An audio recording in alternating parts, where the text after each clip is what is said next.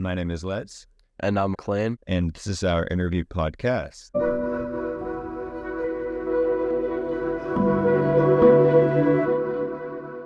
Today we are interviewing the Senior Director of Content Marketing at Pearson.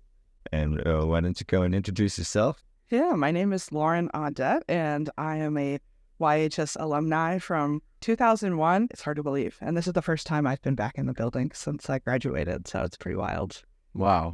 Yeah. So today we're just going to ask you a few questions about your time at YHS, your career, and its relationship to YHS. So the first question I'd ask you is, if you can remember your freshman year, what were your first thoughts when you entered YHS for the first time? That's a great question. I don't know that I've thought about that. I think I felt pretty comfortable coming into the school. I had my older sister was a senior when I was a freshman, so I knew a lot of the people between her year and my year. And, in sort of classic York fashion, I'd also grown up with those people in pretty much every grade. So I think I was excited and I knew a lot of what to expect. And also my mom was a teacher, so I knew a lot of the teachers, and it felt pretty comfortable and exciting. And I was never huge on school, I will say. I think I didn't exactly know what to expect, but found a lot of options here and sort of found my way over the 4 years. So You said it's your first time back since you graduated. Does it seem any different at all? Quite different, and also more the same than I was expecting when I walked into the front office. The setup is different, with the check-in rate there. It's less open. But then even just seeing the ramp up to the library, which I'm assuming is still the library, go ahead.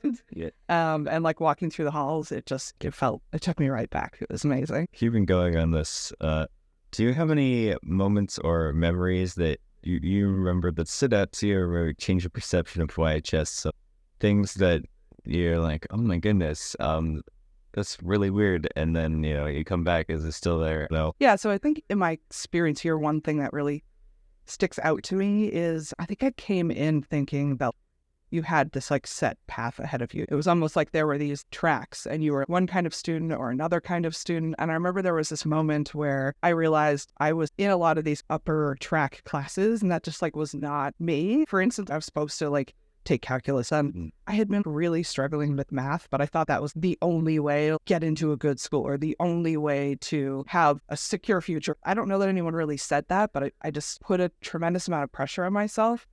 And then my junior year decided maybe I will step out of this and take a math class that's actually going to help me understand the sort of math that I want to take for the career that I want. And so I took a junior-senior combined algebra and trig class. And that year, it was all of these math concepts. And I was like, oh, I get it now. And the way it was taught was totally different. The class makeup, I had some upperclassmen who I hadn't interacted with before. And that really was a moment that changed my perception about what education is and that there isn't one right answer. I think that was definitely a key moment for me in school.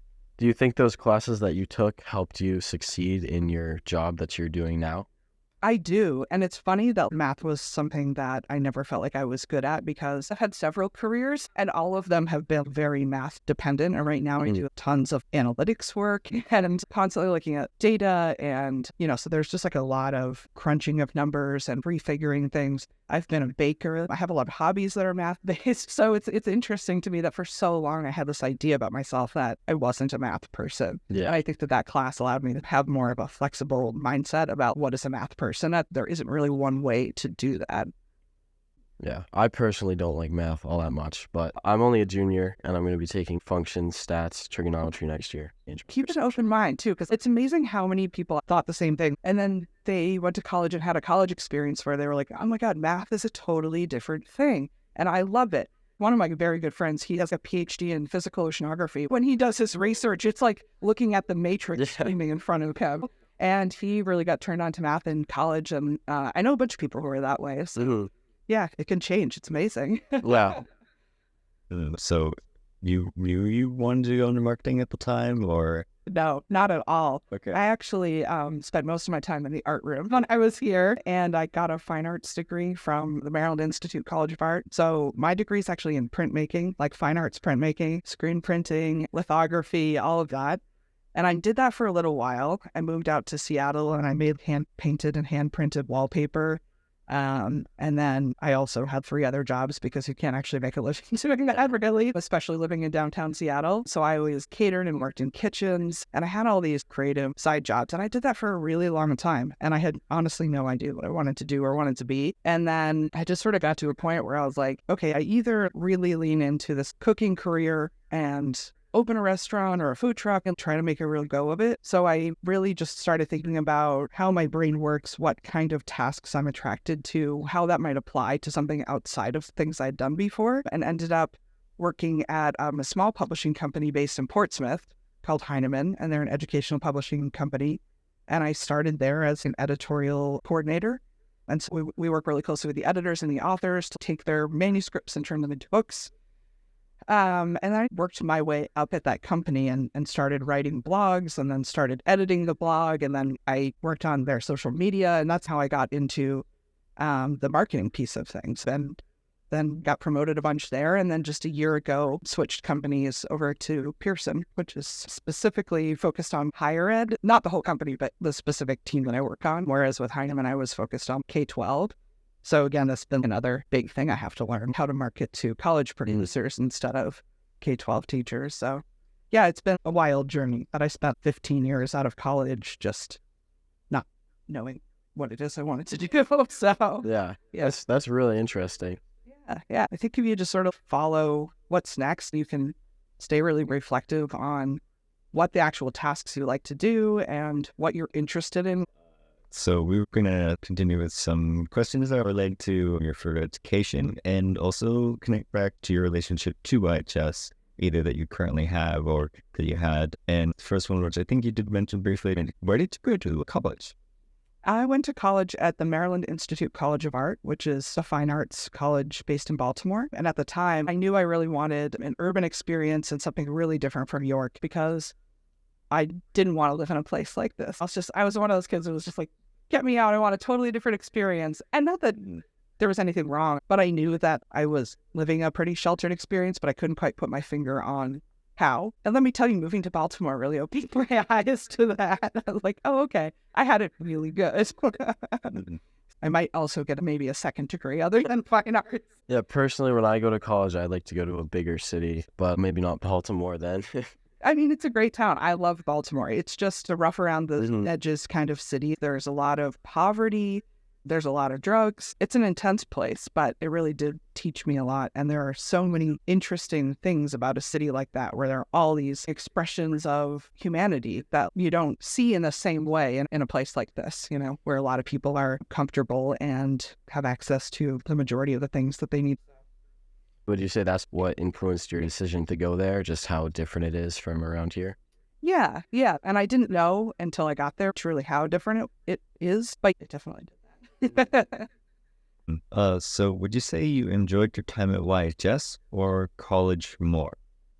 They're so different, it's hard to compare. I think I flourished in college in a way that I wasn't quite mature enough to grasp my own identity in high school. And I think I spent a lot of high school comparing myself to my older sister, who was extremely academic and just loved school. And I think college allowed me to open up a bit. But then when I got to art school, I was like surrounded by a bunch of like-minded people and found community in that. Whereas my community here, I had art kids here, but they were just a smaller set of us. So when I got to college, I realized how much I had to learn about myself and how naive I was. And I really enjoyed the process of that like next phase of learning. So then after college, when you said you were editing in the publishing company, and then you switched over to marketing, what influenced your decision to go into marketing? So when I shifted from kind of the editorial side of publishing to the marketing side, it was kind of a slow progression. And I really just continued to follow my interests. And I was really looking for not just what am I interested in doing, but what has the most potential for growth? Because I, at that point, was like, I got to really step on it if I'm going to meet some of my life and financial goals. So it was really about identifying what's that next opportunity and what's going to lead to something bigger and what isn't a dead end. So the last 15 years of my career have really been modeled around that thinking. So I switched. I loved the work in editorial, but I couldn't quite see becoming an editor without getting a PhD in education, which isn't where my interests were. I couldn't quite see like what the path was for me there. So I ended up seeing that there was an opening for blog writer and editor, and then that is sort of a marketing function. So once I hooked into paid advertising, that's really when like a lot of data and analytics come into it. And I realized I had an affinity for those numbers and trying to create some growth and continue to expand my learning there and follow that track. And now data and analytics are like the majority of what I do. So yeah. I was just thinking that perhaps your desire to fill in the gaps in your learning and obtaining a new role helps you fill in the gaps in your new role of like content marketing and finding that data. I need to push that number higher. Now, also speaking of your career still, what is your podcast about? So we started a podcast for the company, and it was mostly interviews with our authors to highlight different books and kind of topics in teaching. And we produced several hundred of those. So really got to work on kind of all aspects of it, both marketing the podcast and ideation. I did everything except for editing. We always had an editor, though I have edited podcasts in a pinch, but I'm probably not the best person to do that. And then a couple years ago, I started my own podcast, which is sort of just a hobby. And that is about local low stakes gossip. It's not like mean gossip. It's just funny things that happen. We have a lot of listener submitted stories and things like that. And then it's also about dating as an adult and like relationships in general, even just romantic relationships. So I do it with a good friend of mine, and it's a good time. It's a fun hobby. Since you've been doing the podcast, have you found any strategies that might be effective in building or engaging your audience at all? Yeah, I would say giving opportunities for that user-generated content or people to submit, even if it's just written questions that you can respond to on your podcast or ways that you can interact with them on social media. That's been a big one.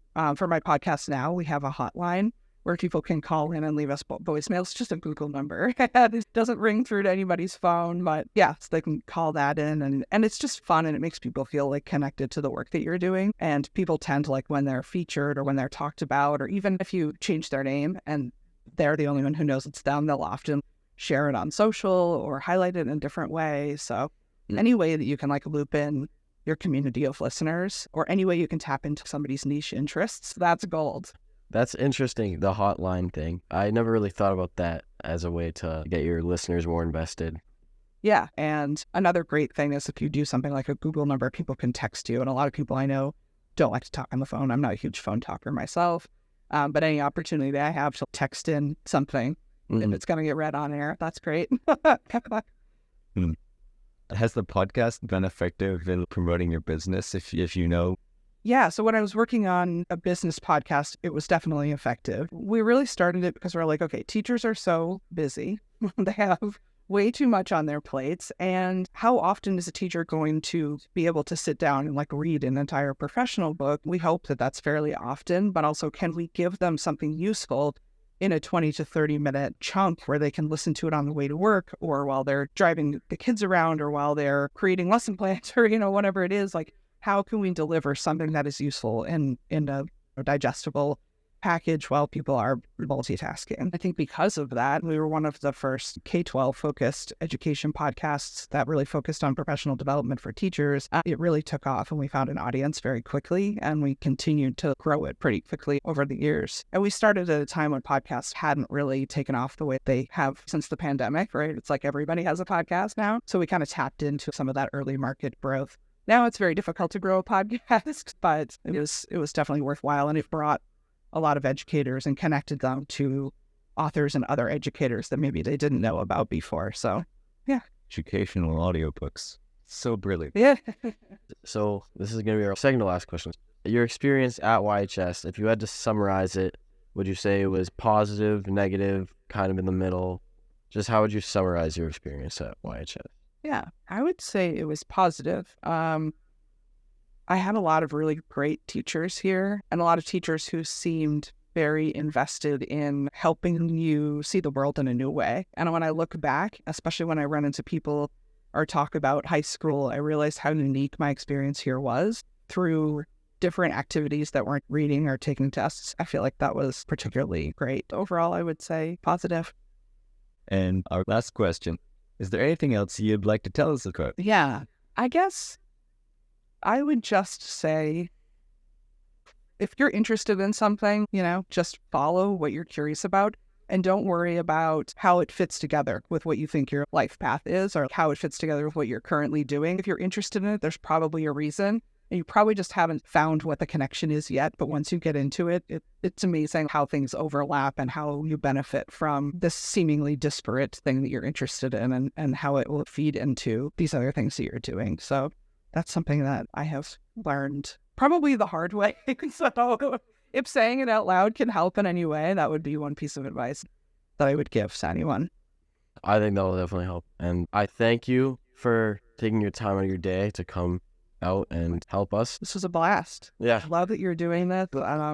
If, at any point there's any way I can help you learn more about podcasting or connect you with other people, let me know. Stay in touch. I was going to say thank you. And I'm going to say that marketing is definitely working because I am now very intrigued as to looking at this podcast and it makes. That'll be all, but thank you so much. Thank you. You're welcome. Thank you. All right.